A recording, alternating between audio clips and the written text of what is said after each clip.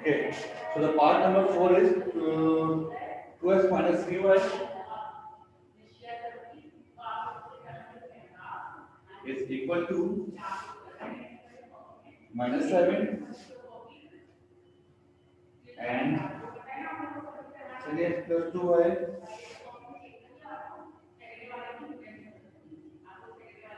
is equal to minus 6.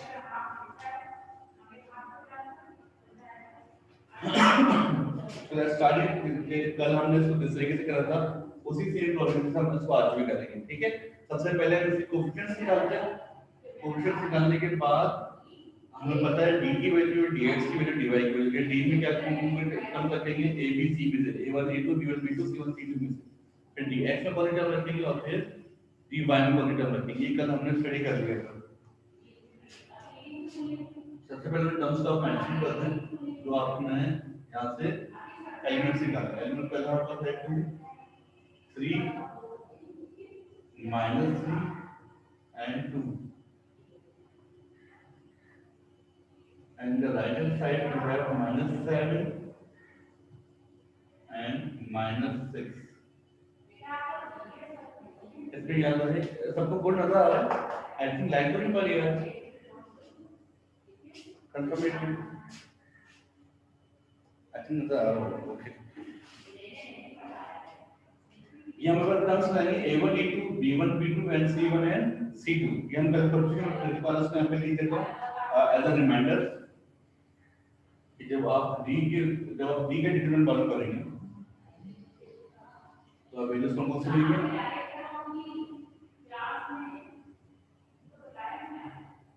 Light पर रही है, लाइट स्टैंड करें, लाइट पर रही है उनको।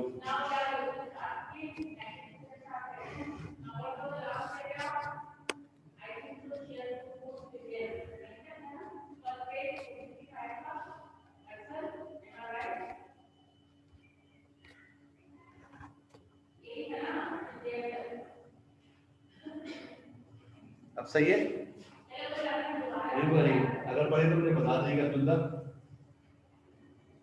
यस ओके,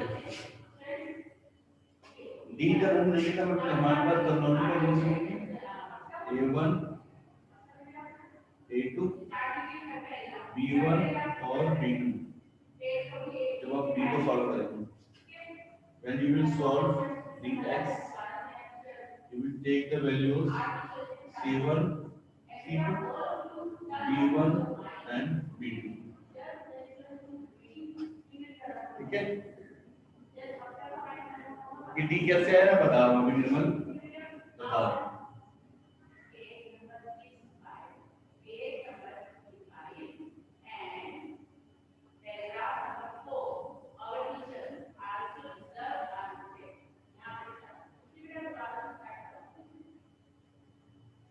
अच्छा भाई, तो मैं और बिल्कुल बेसिक से स्टार्ट कर लूंगा ताकि बच्चों को अगले क्लास से भी उनको ताकि अंदाजा हो जाए।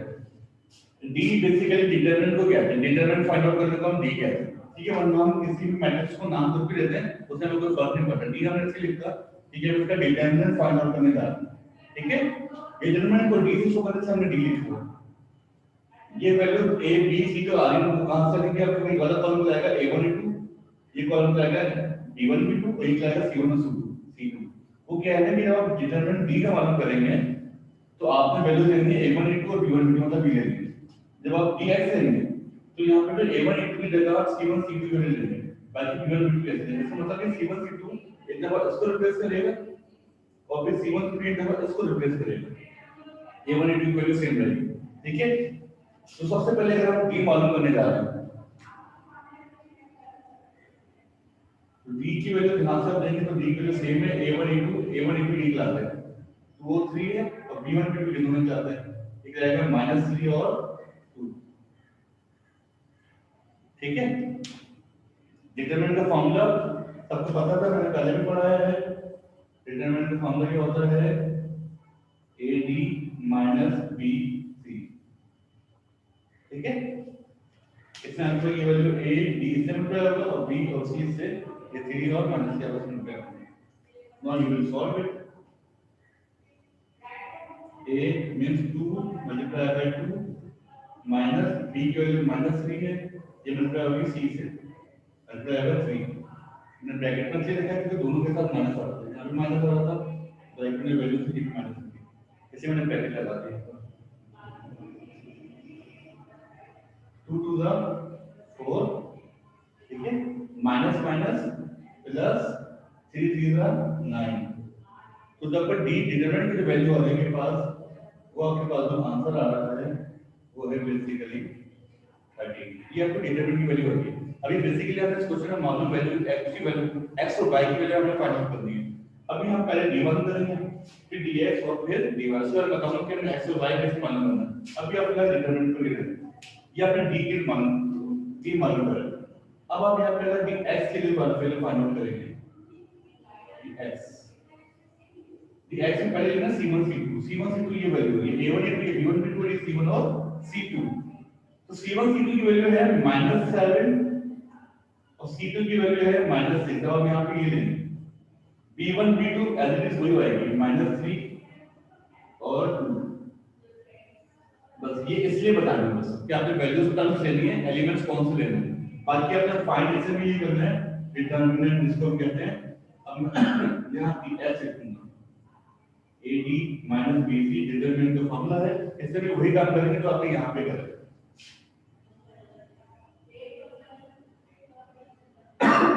सॉरी, a की वैल्यू -7 है, मल्टीप्लाई फिर multiply by 2, then minus into the formula b is -3, so we take the bracket, it will multiply by -6। so आगे इसको अगर हम फर्दर सॉल्व करेंगे, 7 2 से मल्टीप्लाई होगा, 7 के साथ माइनस में 7 to the 14 -14 minus minus plus 3 minus minus plus plus minus minus, तो तीन साइन है यहाँ पर, 3 6 18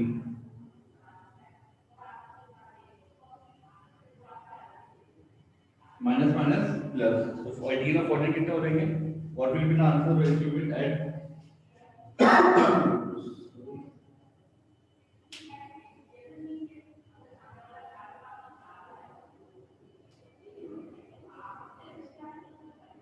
-30, तो हमारे पास dx की वैल्यू है।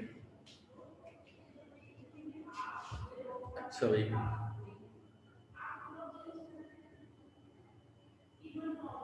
-4 कहाँ पर है? ये -4 है। एक वेट अ मिनट,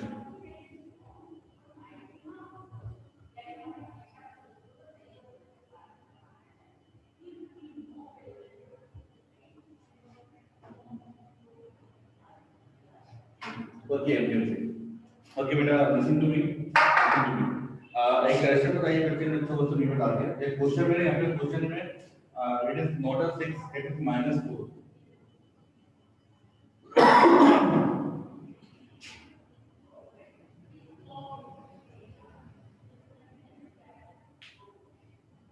तो सी की वैल्यू बेसिकली यहाँ पे क्या आएगी? -4।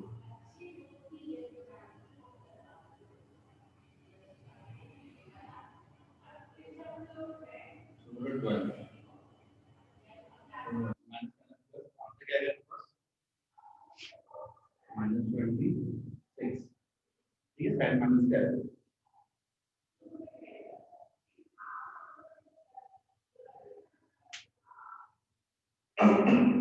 निर्मल, मैंने अगर आपको क्वेश्चन पूछना है, अपना माइक ओपन करें, आंसर पूछें।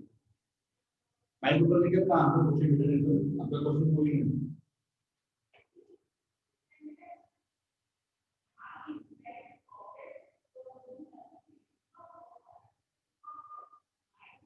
A1 A2 के पास है 2 3 और C1 C2 है -7 -6। निर्मल, इस क्वेश्चन को बिल्कुल क्वेश्चन है, आपका माइक ओपन लेके क्वेश्चन पूछना, तो आपका माइक ओपन लेके वापस माइक अनम्यूट खुद ही कर दिया, क्योंकि अपना माइक ओपन करके खुद क्वेश्चन पूछना है। मैंने सबको वो ऑप्शन आपके पास दे दिया, चेक लगाते हैं, अगर आपने पूछ लिया तो माइक ओपन करके आप पूछो।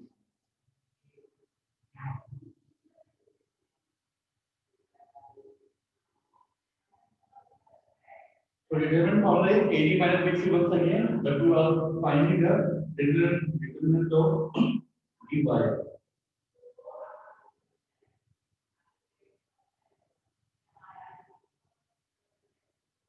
ये माइनस 4 कर दिए, और फिर अभी कर देंगे.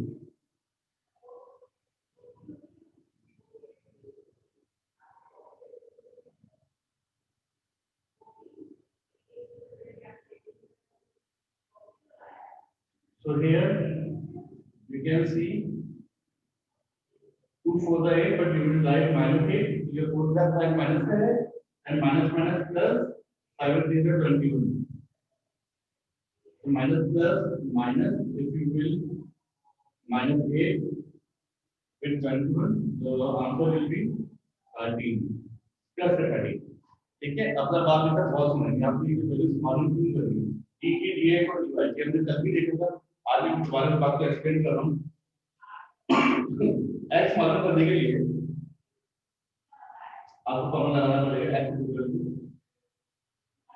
dx upon d. फिर हम y को मालूम करेंगे. ठीक है, तो सबसे पहले हम x को मालूम करते हैं.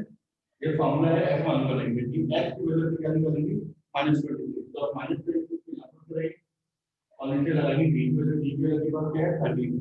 तो अब 13 को यहां पर करेंगे. जब हम इन दोनों वैल्यूज को डिवाइड करेंगे 13 में 13 13 को 26, तो आंसर के बाद 7 माइनस के बाद x की वैल्यू आएगी. ठीक है, सेम एनालिसिस किया कि काम आप इसी के नीचे करेंगे. ठीक है, जो प्रॉब्लम वर्क है आगे इसके नीचे प्रॉब्लम है. देन फॉर y सर ये x की पॉइंट ये है. बेटा सेंटेंस के बाद आप क्लास में अपना माइक ऑफ करें. ग्रामर स्कूल में और मैथमेटिक्स में आपको बेसिकली फंक्शन का मालूम करना होता है, जिसमें आप सोल्यूशन करके मालूम करके वैल्यू x की और y क्वेश्चन फैक्टर में से आपको दो वैल्यू मालूम करनी है. वैल्यू का नाम पूरी मैंने x को करता है, x और y की बेसिकली वैल्यू मालूम करनी है. दोनों मैट्रिक्स से करके और ग्रामर से. अगर आप मैट्रिक्स करके लेके मैट्रिक्स वैल्यू दोनों करेंगे उसका यहां पे ये आएगा. अच्छा सर, सारे पार्ट इसी तरह होंगे. सारे पार्ट इतना होंगे. ग्रामर से अभी आप देखिए कोटा में लिखा हुआ है, उसको ग्रामर से भी सॉल्व करना है, मैट्रिक्स से सॉल्व करना है. इसको मैं भी ग्रामर से सॉल्व करवा रहा हूं. ये मैट्रिक्स की तरह सॉल्व होगा, नाम तो यही है. रानी ओके सर. ओके रानी बेटा, अगर मैट्रिक्स में वो नॉट पॉसिबल आया था, ग्रामर से भी वो नॉट पॉसिबल ही है. ठीक है, नॉट पॉसिबल कब होगा, जब आपके पास डिटरमिनेंट का आंसर 0 आ जाए. जब डिटरमिनेंट का आंसर अगर 0 आ जाए तो वो नॉट पॉसिबल होगा, मतलब वो सिंगुलर मैट्रिक्स हो जाएगा. सिंगुलर मैट्रिक्स कभी भी एग्जिस्ट नहीं करता. ठीक है, मैट्रिक्स कभी 0 कंडीशन में एग्जिस्ट नहीं करेगा. dy की वैल्यू 13 निकाल दिया आपने और d की वैल्यू भी 13 है. जब 13 को 13 से डिवाइड करेंगे तो y की वैल्यू के साथ 1. तो आप सोल्यूशन सेट देखिएगा, सोल्यूशन सेट के बाद जो आंसर आ रहा है, उसमें जो आंसर आ रहा है वो होगा 1 माइनस क्या मतलब आंसर है. ठीक है,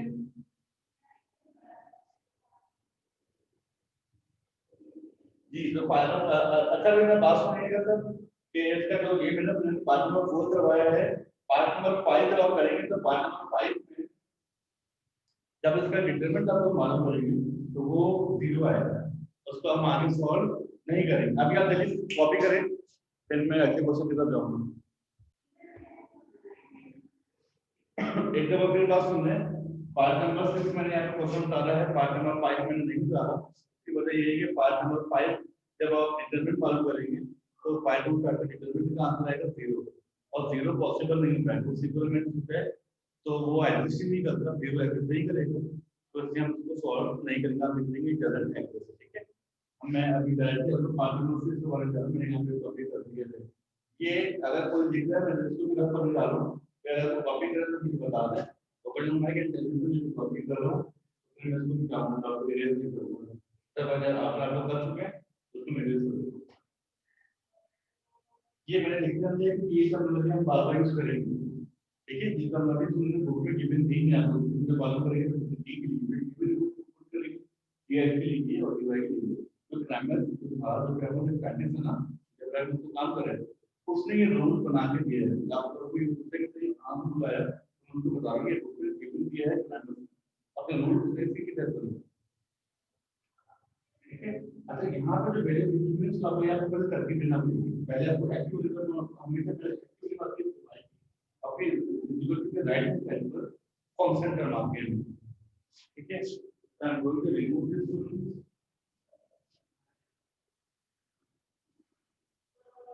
सबसे पहले तो हम तरतीब देखेंगे, ये तरतीब में किस आएगी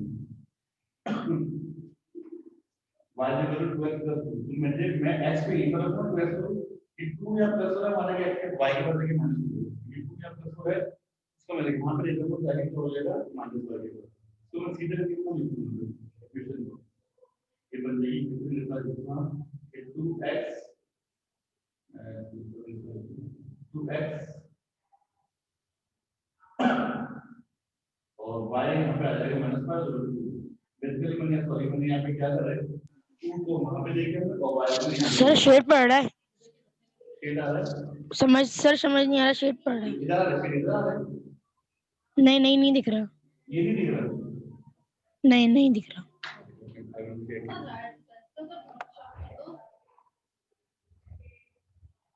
अभी भी आ रहा है शेड? नहीं अब सही है। अच्छा यहाँ पे क्या करें बस 2 को मैं यहाँ पे लेंगे तो 2 अपनी जगह पर नहीं सॉरी और ऐसा कहने कि 2 अगर मैं वहां पे लेंगे तो y को भी यहाँ पे ले आए तो 2 वहां जाएगा माइनस हो जाएगा, तो वहां पे जाएगा तो माइनस हो जाएगा बिना देखने को दोबारा वापस लेगा y के यहाँ पे, क्योंकि पहले हमें एक्चुअल क्योंकि तो y के तो y को यहाँ पे ले आया y यहाँ पे आएगा तो x की बात है माइनस हो गया तो 2 को मैं सब क्वेश्चन टाइप में केस करके 2 यहाँ पर तो हम लोग के इसको वैसे कन्वर्ट लाजमी करेंगे तो सॉल्व नहीं करेंगे यहाँ पर 2y को माइनस 2 को मारिए तो करके 2y हो जाएगा देखिए बन जाएगी x प्लस 2y और 3 यहाँ पे अपनी जगह पर रखी है। अब सिंपल अगर इसको वैल्यू निकालनी है a1 a2 b1 b2 और c1 और c2 यहाँ पे तो लोगे तो मैं यहाँ लिख देता हूँ 2 यहाँ पे x है तो 3 यहाँ पे आएगा 1 यहाँ पे -1 यहाँ से लेंगे और equal to right hand side पे जो वैल्यू दी है -2 तो ये ठीक है। जब आपके पास आ गई a1 a2 b1 b2 और c1 और c2 ये टर्मिनोलॉजी फिर दोबारा यूज करेंगे हम और फिर दोबारा डिटरमिनेंट करेंगे इसका भी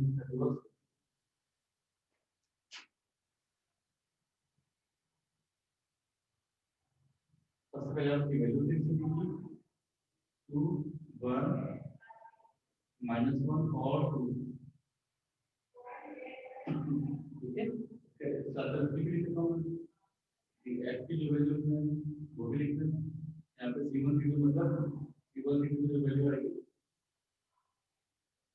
-2 और 3 और b1 b2 है -1 और ये वैल्यू आ गई के पास dx और ये y की वैल्यू कैसे वहां पे लेनी है उसका एलिमेंट्स a1 a2 है 2 and 1 a1 c2 is -2 and 3 देखिए सारे एलिमेंट्स आपके पास आ रहे हैं फिर मैट्रिक्स के मान लो 500 एलिमेंट फॉर्मूला यूज है ab b कितने फॉर्मूला है फिर फॉर्मूला है फिर फॉर्मूला है इसी में सबको साथ साथ लिखने के लिए कंफ्यूजन ना हो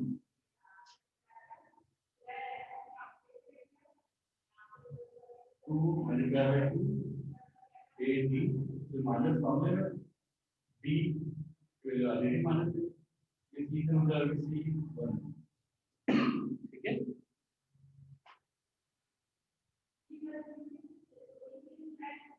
तो होगा 4 माइनस माइनस प्लस 1 1 तो d डिटरमिनेंट जो आपके पास जो वैल्यू आएगी यहाँ पे आएगी 12 ठीक है। अब सब आ गया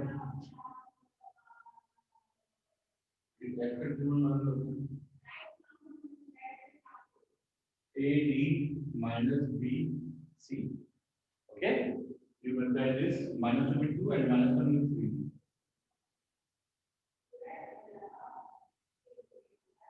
minus 2 multiply with 2 and minus formula में है b भी minus 1 है multiply with 3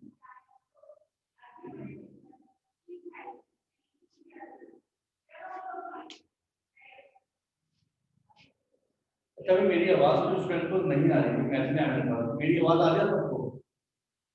मैंने कैमरा और कनेक्ट कर लिया, अपना माइक कनेक्ट कर लिया, अब आपको आवाज आ रही है?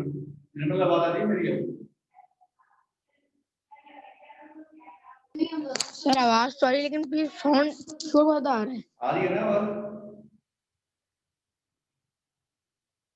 मैसेज से बताइए कि मैंने हेडफोन लगा लिए।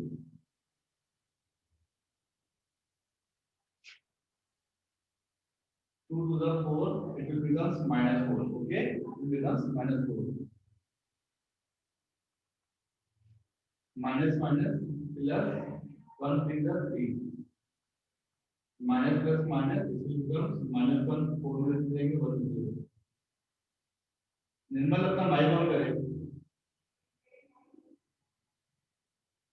निर्मल अपना माइक ओपन करें, आप क्या पूछ रहे हो मुझे समझ में नहीं आ रहा।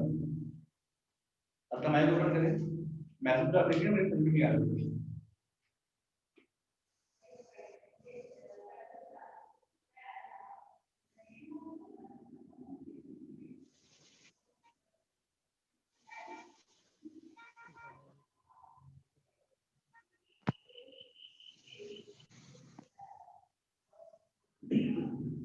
Now you multiply everything.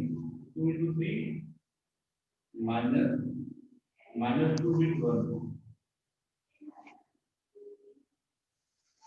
So our answer will be 2 3 the 6 minus minus plus 2 on the 2. So पर डिटरमिनेंट की वैल्यू आई और ये ठीक है। अब आप मालूम करेंगे वैल्यू x और y की। x मालूम करने के लिए आप फॉर्मूला लगाएंगे dx ओवर d, ठीक है। और dy के लिए हम करेंगे फिर dy पर आ जाएगा, y के लिए मालूम ठीक है। बट बाकी आप फर्दर सॉल्व करते हैं। x इक्वल टू x की वैल्यू को से -1 ओवर 5, ठीक है। तो ये वैल्यू आती है लेकिन की वजह से डिवाइड करना है नहीं हो, तो आप बार बार करेंगे you will take dy over d, ठीक है।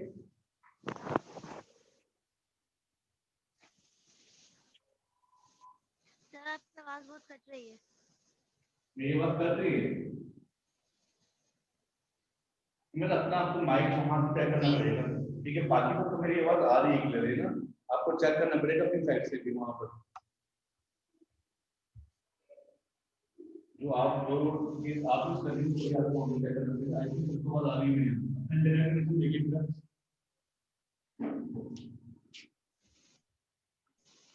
बोलो। सिर्फ 5 एक्सरसाइज है मैट्रिक्स के अंदर क्या? हां मैट्रिक्स में आपके पास 4.5 है तो 10.1 से 10.5 बेसिकली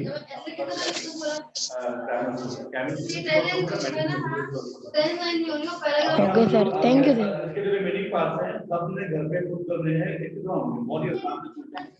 ओके सर, सारे क्वेश्चन पेपर खुद ही कर लीजिएगा और मैं कल चेक करूंगा तो कॉपी को करवा के सबके पास टाइम सारे पास हुए हैं या नहीं, मैं आगे बताऊंगा।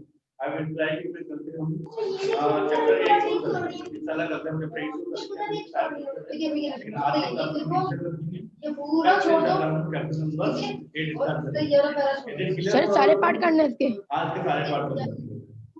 Okay sir, thank you. Okay, thank you so much for joining today. Inshallah, once again, we will meet tomorrow to solve the exercise 8.1. Chapter 8 में मतलब कि एक करके हम next class में 8.1 को solve करेंगे। ठीक है बेटा? Thank you so much. Allah Hafiz.